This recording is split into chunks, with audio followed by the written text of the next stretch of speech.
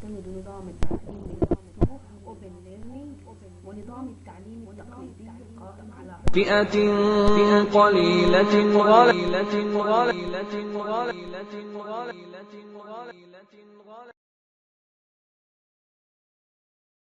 environment and the geography that you have to cover from a telecoms infrastructure perspective. Phones are also very affordable in Africa, and in many countries what's very important is to, for example, have features like a torch, because electricity infrastructure is so poor, and the ability to learn from mobile is certainly allowing us to bridge the digital divide and really create the ability for anybody to be able to learn. I've got a 6-year-old and a 10-year-old, and every single time they've got a school assignment, we Google everything. And if you could have everything available on your mobile handset, would make life a lot easier for you to be able to reach information. Let's talk about new learning solutions or mobile learning, because we know that healthcare and education remain two of the weakest human development factors in Africa, and that's where we need the greatest input. Now, rural Africa in particular could benefit from this. 100%. So what's nice about the interactive learning environment that's available for mobile or on the internet is the fact that you can actually assess in real time what the knowledge is that's been attained by the person who's actually learning. The ability for you to make it very interactive and be able to get people to chat to each other in remote areas and really be able to make more of a collaborative learning environment, which is very, very exciting. There's features today in interactive learning that allows you to chat to peers around the world, to chat with your lecturer remotely, the ability for you to get information and be assessed in real time, and being able to see how well you're doing. So it's a very interactive way of learning, and any course could basically become available to anybody in a remote area. Now, I hope most Africans are not like me. They don't just have a basic phone, but people don't have smartphones either because they're very, very expensive. And the general use of a mobile phone is communication, is SMS, and increasingly it's mobile banking transactions that use very basic SMS, MMS facilities. What sort of content in terms of data is needed in order to foster e-learning, and what are the costs? Yeah, so I think what we're seeing is the need for smartphones, and smartphones are growing worldwide. But they estimate that currently it makes about 17% of all phones, but it will become 42%.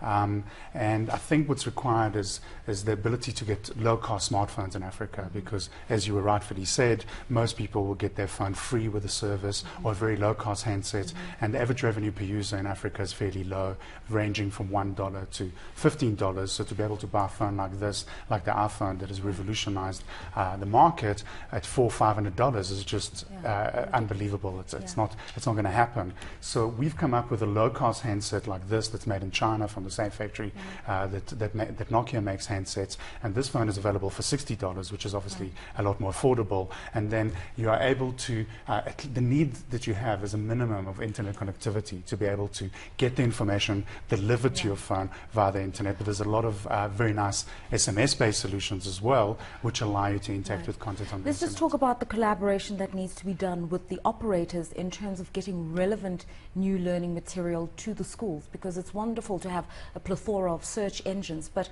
in order for it to be relevant to the curriculum being taught at the schools, there needs to be something a little more structured. Absolutely, and I think government, there's got to be a private-public partnership between government, the mobile network operators, and the people in the education sphere. And I think we're seeing more and more collaboration in that space, which is very encouraging. And we're seeing a lot of very powerful content being generated in multiple languages, which is also an issue in Africa. You need to cater for the French market in Franco-Africa, Portuguese in Mozambique, in English. It's much easier for people to learn in their own language. What needs to happen, I think, is the collaboration is going to be around getting the relevant content, making sure that it's available at the lowest common denominator, even on the low-cost handsets, as you were mentioning, with basic internet, and lowering the cost of access is really, really important. In Korea, for example, which used to be a third world country, government got behind lowering the cost of broadband, and today Korea is one of the top 10 countries in the world in terms of economies and education. Now, the operators have the solutions. The government has the responsibility, but where does the greatest weight bear in terms of implementation?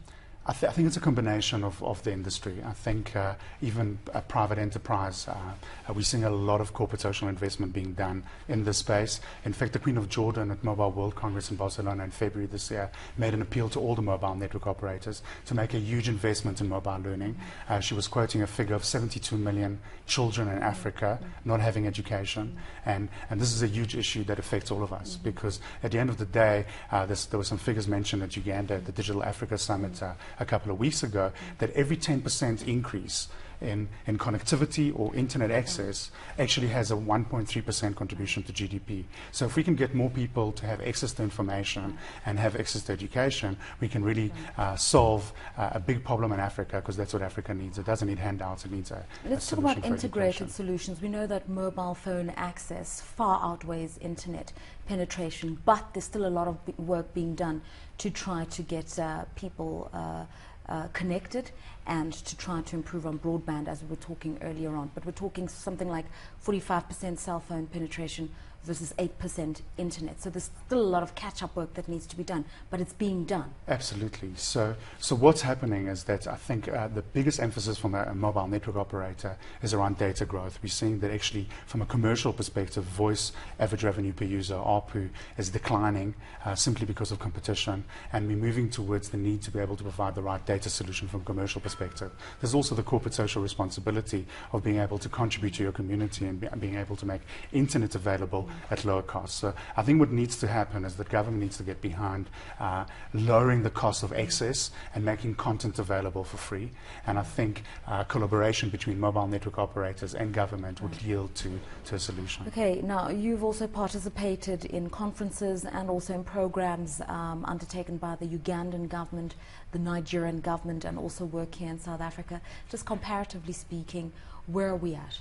I think that there's a long way to go. I mean, if we look at the e-learning industry globally, it's a $52 billion industry, but mobile learning only makes 1.5 billion out of that 52, which just shows that it's a very, very small percentage. And I think in Africa, the only solution to connect to the internet will be a mobile handset. Many people will not have access to the PC, so we need to see a big investment in lowering the cost of phones, as well as lowering the cost of access and the ability to reach the masses.